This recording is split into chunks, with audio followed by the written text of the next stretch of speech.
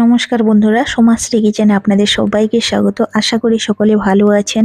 আজ আমি বানাবো আলু দিয়ে চিকেন কারি বা আলু দিয়ে মুরগির ঝোল।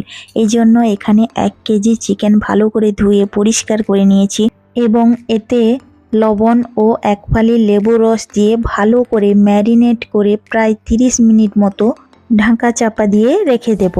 ততক্ষণ চিকেন কারি বা ঝোল রান্নার জন্য মশলাগুলো রেডি করে নেব। এখানে 4টে বড় সাইজের পেঁয়াজ কুচি করে নিয়েছি, 2টো টমেটো কেটে নিয়েছি এবং আদা রসুন আলাদা আলাদা করে বেটে নিয়েছি। এবার আমি চিকেনের জন্য আলু কেটে নিয়েছি, আলুগুলো বেশ বড় বড় সাইজের করে কেটে নিয়েছি। এবার এতে লবণ এবং হলুদ মাখিয়ে দেব। এবার এই আলুগুলোকে হালকা করে ভেজে নিতে হবে। এর জন্য গ্যাসের চুলায় একটা কড়াই বসিয়ে এর মধ্যে দিয়ে দেব সামান্য সরিষার তেল।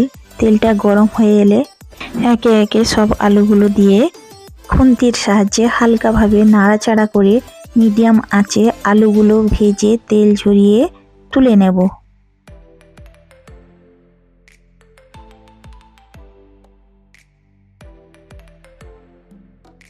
কড়াইয়ের মধ্যে থাকা অবশিষ্ট তেলেই আমি চিকেন কারিটা রান্না করব।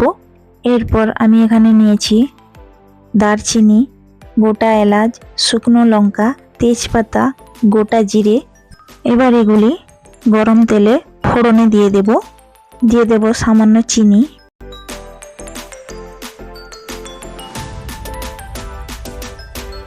এবার দিয়ে দেব পেঁয়াজ কুচি।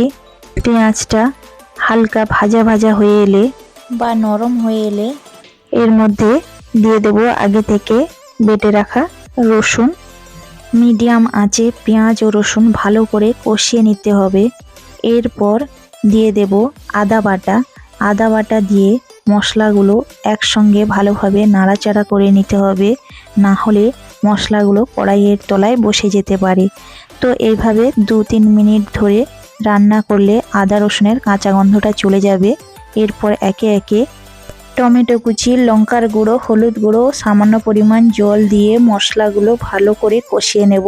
ততক্ষণ পর্যন্ত এটিকে রান্না করব যতক্ষণ না মশলার গা থেকে তেল ছেড়ে দিচ্ছে। এই দেখুন বন্ধুরা, মশলার গা থেকে তেল ছাড়তে শুরু করেছে, তার মানে মশলাটা পুরোপুরিভাবে কষানো হয়ে গেছে। এবার এর মধ্যে দিয়ে দেব সামান্য টক দই। দইটা অপশনাল, আপনারা চাইলে দিতে পারেন, নতুবা স্কিপ করে যেতে পারেন। এরপরে দিয়ে দিয়েছি আগে থেকে ম্যারিনেট করে রাখা চিকেন।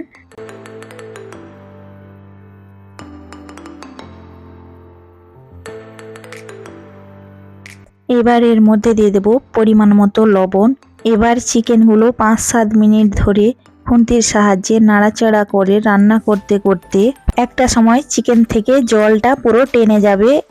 ওই সময়ে ভেজে রাখা আলুগুলো দিয়ে দেব এবং পরিমাণ মতো জল দিয়ে একটা ঢাকা চাপা দিয়ে প্রায় 5 মিনিট ধরে গ্যাসের চুলার আঁচ হাই করে দিয়ে এটিকে রান্না করে নেব। 5 মিনিট পরে গ্যাসের চুলার আঁচ বন্ধ করে ঢাকনাটা খুলে এই দেখুন বন্ধুরা, চিকেন কারি বা চিকেনের ঝোল রান্না হয়ে গেছে। এর উপরে সামান্য গরম মশলা এবং ধনেপাতার কুচি ছড়িয়ে পরিবেশন করুন। ভাত এবং রুটির সঙ্গে এই ধরনের চিকেন কারি বা চিকেনের ঝোল থাকলে আর কোনো কিছুর দরকার লাগবে না। বন্ধুরা, চিকেনের এই রেসিপিটি যদি আপনাদের ভালো লেগে থাকে তাহলে লাইক, কমেন্ট, শেয়ার এবং সাবস্ক্রাইব করার অনুরোধ রইল। সকলে ভালো থাকবেন, সুস্থ থাকবেন।